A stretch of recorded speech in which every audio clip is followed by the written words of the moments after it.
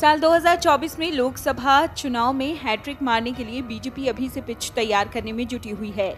लोकसभा चुनाव के लिए पार्टी अभी से अपने कैंपेन को मजबूत कर रही है, जिसके चलते पार्टी देश भर में जल्द ही स्नेही यात्रा निकालने वाली है। हाल ही में पीएम मोदी ने हैदराबाद में पार्टी की राष्ट्रीय कार्यकारिणी की बैठक के दौरान इस बात का जिक्र किया। उन्होंने कहा था कि अल्पसंख्यकों में जो वंचित और कमजोर तबका है, उनके बीच जाकर अपनी पहुंच बनानी चाहिए। मोदी की इस अपील को सियासी गलियारों में पसमानदा मुसलमानों से जोड़कर देखा जा रहा है। पसमानदा को मुस्लिमों का अति पिछड़ा दलित तबका माना जाता है। कुल मुस्लिम आबादी में इनका हिस्सा 80% है। यूपी बीजेपी प्रदेश अध्यक्ष स्वतंत्र देव सिंह भी कहते हैं कि विधानसभा चुनाव में उनकी पार्टी को 8% पसमानदा समुदाय का वोट मिला है। यही वजह है कि मिशन 2024 के लिए बीजेपी पसमानदा मुसलमानों को साधने में जुटी है। आपको बता दें कि 2019 लोकसभा चुनाव के बाद पसमानदा मुस्लिमों के भारतीय राजनीति में हिस्सेदारी को लेकर सवाल खड़े होने लगे थे। तो वहीं एक रिपोर्ट के मुताबिक 1947 से लेकर 14वीं लोकसभा तक कुल 7,500 सांसद बने, जिनमें से 400 मुस्लिम थे। हैरानी की बात यह है कि इनमें से 340 सांसद अशरफ यानी उच्च मुस्लिम जाति के थे और सिर्फ 60 मुस्लिम सांसद पसमानदा समाज से रहे। राजनीतिक सलाहकारों के मुताबिक बीजेपी को इस नई यात्रा से काफी लाभ हो सकता है, इसलिए क्योंकि पसमानदा की एक शिकायत रही है कि अशराफ लोग सत्ता में रहते हैं। पसमानदा की शिकायत को दूर कर बीजेपी समुदाय के कुछ लोगों को अपनी ओर खींच सकती है। बीजेपी औपचारिक तौर पर स्नेही यात्रा निकालने की बजाय अगर ठोस राजनीतिक और आर्थिक कार्यक्रम लेकर पसमानदा के बीच जाएगी तो इसका फायदा मिल सकता है। अभी तक बीजेपी शिया और बरेलवी वोटों पर काम करती रही, लेकिन सुन्नियों पर बीजेपी ने इस बार ये बड़ा प्रयोग किया है। उत्तर प्रदेश के 45% मुस्लिम आबादी वाले रामपुर लोकसभा सीट पर बीजेपी को 42,000 वोट से जीत मिली।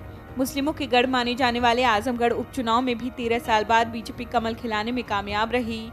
बीजेपी प्रदेश अध्यक्ष स्वतंत्र देव सिंह ने दावा किया कि यूपी विधानसभा चुनाव में 8% पसमानदा का वोट बीजेपी को मिला।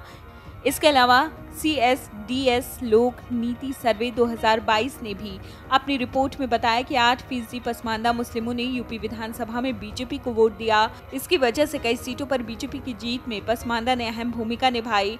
यूपी विधानसभा चुनाव 2022 में 34 मुस्लिम विधायक जीतकर लखनऊ पहुंचे, जिनमें 30 विधायक पसमानदा हैं।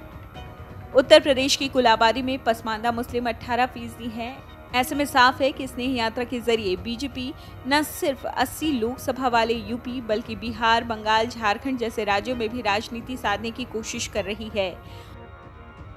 ऑल इंडिया पसमानदा मुस्लिम महाज के संस्थापक अली अनवर अंसारी का कहना है कि वैसे तो देश के 18 राज्यों में जहां भी मुस्लिम आबादी है, हर जगह पसमानदा है, लेकिन 5 राज्यों यूपी, बिहार, झारखंड, बंगाल और असम में इनकी संख्या ज्यादा है। इन 5 में से 3 राज्यों में अभी बीजेपी और उसके सहयोगी दलों की सरकार है, जबकि 2 राज्यों में, एक में टीएमसी और दूसरे में JMM और कांग्रेस की सरकार है। 2011 जनगणना के मुताबिक इन 5 राज्यों में मुस्लिम आबादी की बात करें तो यूपी में 19.26%, बिहार में 16.87%, बंगाल में 27.01%, झारखंड में 14.53%, असम में 34.22% मुस्लिम हैं। इसमें ज्यादातर संख्या पसमानदा मुस्लिमों की है। इन राज्यों में 190 से ज्यादा लोकसभा की सीटें हैं, इसलिए बीजेपी 2024 को ध्यान में रखते हुए यहां पसमानदा को साधने में लगी है। इसके अलावा दक्षिण भारत के तेलंगाना, आंध्र प्रदेश और तमिलनाडु जैसे राज्यों में भी पसमानदा मुस्लिमों की अच्छी खासी तादाद है। उनका कहना है कि बीजेपी की राजनीति काफी फ्लेक्सिबल यानी लचीली रही है। एक वक्त था जब एनडीए बनाने के लिए बीजेपी ने अनुच्छेद 370 और राम मंदिर जैसे बड़े मुद्दों को साइड कर दिया, लेकिन सत्ता में आते सबसे पहले काम यही किया। ऐसे में बीजेपी को अगर दिखाई देगा कि उसे मुस्लिमों का वोट मिल सकता है, तो लोगों को बीजेपी का बदला रूप भी देखने को मिलेगा। उन्होंने कहा कि बीजेपी अब ये सब सत्ता में आने के लिए नहीं, बल्कि इंटरनेशनल इमेज चमकाने और सत्ता में बने रहने के लिए कर रही है। Video desk amarujala.com। डाउनलोड करें अमर उजाला ऐप और पाएं खबरें लगातार। अगर आप ये वीडियो YouTube पर देख रहे हैं तो हमारे चैनल को सब्सक्राइब करें और बेल आइकन को दबाना ना भूलें। अगर आप फेसबुक पर ये वीडियो देख रहे हैं तो हमारे पेज को लाइक करें।